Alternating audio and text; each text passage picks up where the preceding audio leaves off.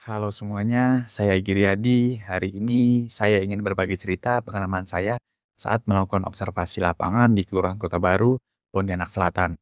Tapi sebelum masuk ke cerita lapangannya, saya mau ajak teman-teman untuk memahami dulu apa itu good governance. Karena ini jadi fondasi dari seluruh pengamatan saya. Jadi, good governance pada dasarnya adalah cara pemerintah mengelola wilayahnya dengan prinsip-prinsip yang baik. Bukan sekedar bekerja, tapi bekerja dengan benar, terbuka, adil, dan melibatkan masyarakat. Kalau dianalogikan, good governance itu seperti aturan main, agar hubungan antara pemerintah dan masyarakat tetap sehat. Bekerja bukan hanya untuk hari ini, tapi juga membangun masa depan. Good governance terdiri dari 9 prinsip penting, yaitu yang pertama, ada partisipasi. Warga punya ruang untuk menyampaikan pendapat, ikut musyawarah, dan terlibat dalam keputusan. Yang kedua, rule of law. Semua pelayanan berjalan sesuai aturan, tidak pilih kasih. Yang ketiga, transparansi. Informasi publik tersedia, jelas, dan mudah diakses. Yang keempat, responsivitas. Pemerintah cepat merespon keluhan dan kebutuhan warga. Yang kelima, keadilan dan kesetaraan. Semua warga diperlakukan sama tanpa diskriminasi. Yang keenam, efektivitas. Program pemerintah benar-benar menghasilkan manfaat. Yang ketujuh, efisiensi. Sumber daya dipakai sehemat mungkin, tapi tetap tepat sasaran. Yang kedelapan, akuntabilitas. Aparat bertanggung jawab atas tugas dan anggarannya. Yang sembilan, visi strategis. Pemerintah punya arah, pembangunan, dan rencana jangka panjang.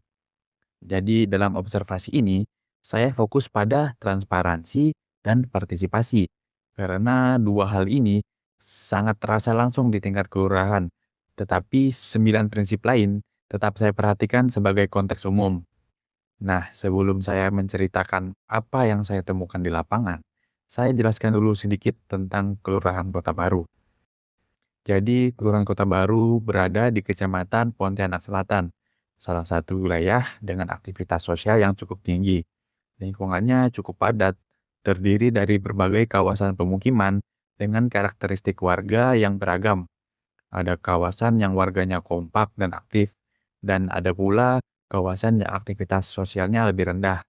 Secara organisasi, kelurahan dipimpin oleh seorang lurah, dibantu oleh sekretaris kelurahan, kasih pemerintahan, kasih pelayanan, kasih kesra, dan beberapa staf administrasi.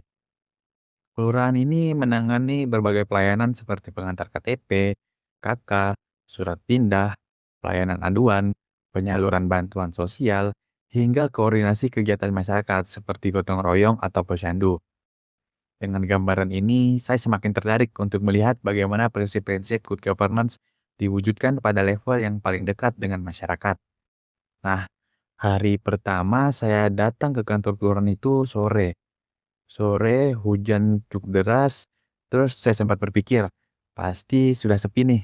Tapi ternyata dugaan saya salah. Staf masih bekerja dan lurah pun masih di ruangan.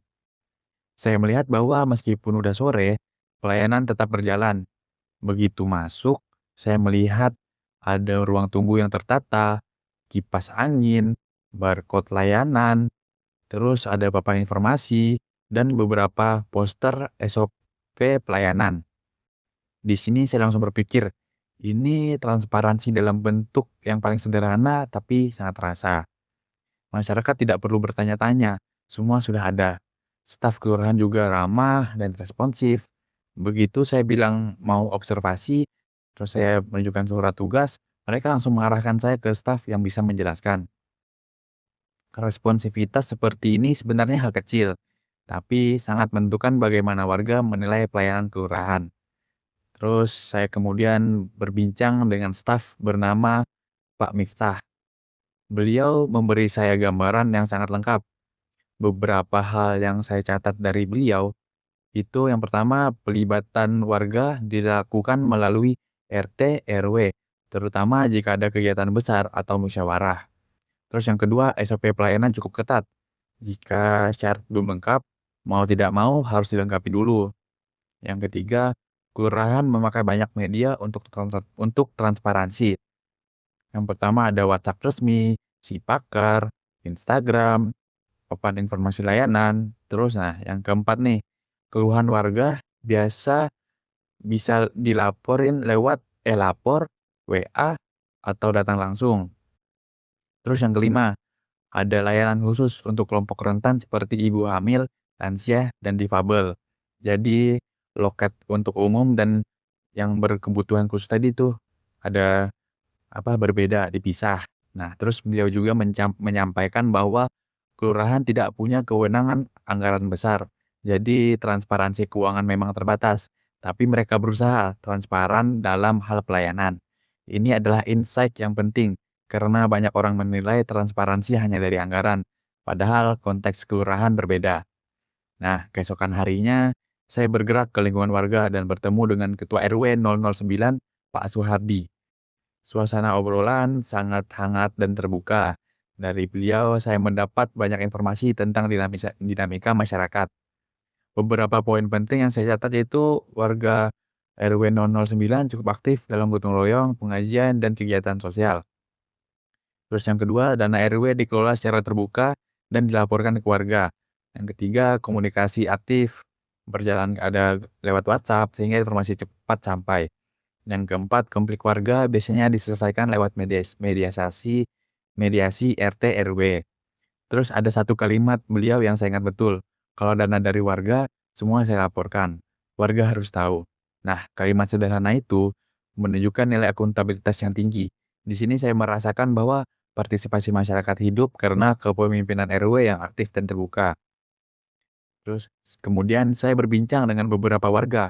Ada warga RW 009 Ibu Reni. Dia mengatakan bahwa kegiatan sosial berjalan, posyandu aktif, gotong royong rutin, dan pelayanan kelurahan cukup cepat. Ceritanya sejalan dengan apa yang disampaikan Ketua RW. Nah, terus ada nih warga RW 010, Pak Mulyadi. Ceritanya justru berbeda. RT jarang aktif, warga jarang diundang kegiatan, gotong royong hampir tidak pernah, dan lingkungan terasa kurang terurus. Dari sini saya mendapat kesimpulan penting. Partisipasi masyarakat sangat bergantung pada kepemimpinan RT RW. Walaupun berada dalam satu kelurahan yang sama, pengalaman antar wilayah bisa sangat berbeda.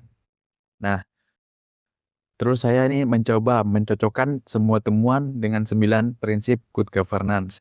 Dimulai dari transparansinya. Saya menilai transparansinya baik. Informasi layanan mudah ditemukan, sosial media aktif, SOP jelas. Nah, terus partisipasi. Saya menilai bahwa partisipasi ini tidak merata. RW 009 sangat aktif, RW 010 sangat rendah. Jadi ya tergantung. Terus yang ketiga, rule of law. Saya menilai ini baik, staf tegas menerapkan SOP, tidak ada cerita aplikasi. Yang keempat, responsivitas. Saya menilai responsivitasnya ini sangat baik. Karena staf cepat merespon bahkan saat mendekati jam pulang. Nah, yang kelima, keadilan. Keadilan saya menilai baik ya, ada layanan khusus bagi ibu hamil, lansia, dan difabel. Nah, terus nomor 6, efektivitas. Saya menilai baik. Program perbaikan drainase dan jalan berjalan dengan hasil nyata. Pemanfaatan teknologi cukup kuat. Nah, terus yang ketujuh, akuntabilitas. Cukup baik. RW sangat akuntabel, kelurahan masih perlu menambah publikasi laporan. Nah, yang terakhir visi strategis. Saya menilai baik. Fokus kelurahan pada perbaikan lingkungan sesuai kebutuhan warga. Secara keseluruhan, skor penerapan good governance di Kelurahan Kota Baru adalah sekitar 83/100. Kategori cukup baik. Itu penilaian dari saya.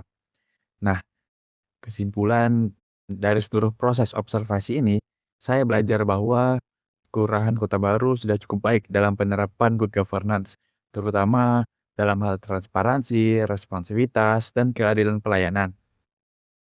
Tantangan terbesar ada pada pemerataan partisipasi masyarakat. Perbedaan kinerja RT RW sangat mempengaruhi keterlibatan warga. Transparansi di tingkat kelurahan lebih berfokus pada layanan, bukan anggaran, karena kewenangannya memang terbatas. Nah, terus saya memberikan rekomendasi langkah perbaikan ke depan. Yang pertama, yaitu pembinaan khusus bagi RT RW yang kurang aktif. Yang kedua, publikasi laporan kegiatan secara rutin. Yang ketiga, kanal aduan warga dengan update berkala. Yang keempat, optimalisasi papan informasi digital. Yang kelima, penguatan komunikasi dua arah antara kelurahan dan masyarakat. Nah, itu tadi cerita pengalaman saya selama melakukan observasi di Kelurahan Kota Baru. Mulai dari pelayanan kelurahan, dinamika RW, sampai percakapan dengan warga. Semua laporan dan temuan saya bisa memberi gambaran nyata tentang bagaimana good governance diterapkan di tingkat kelurahan. Terima kasih sudah mendengarkan.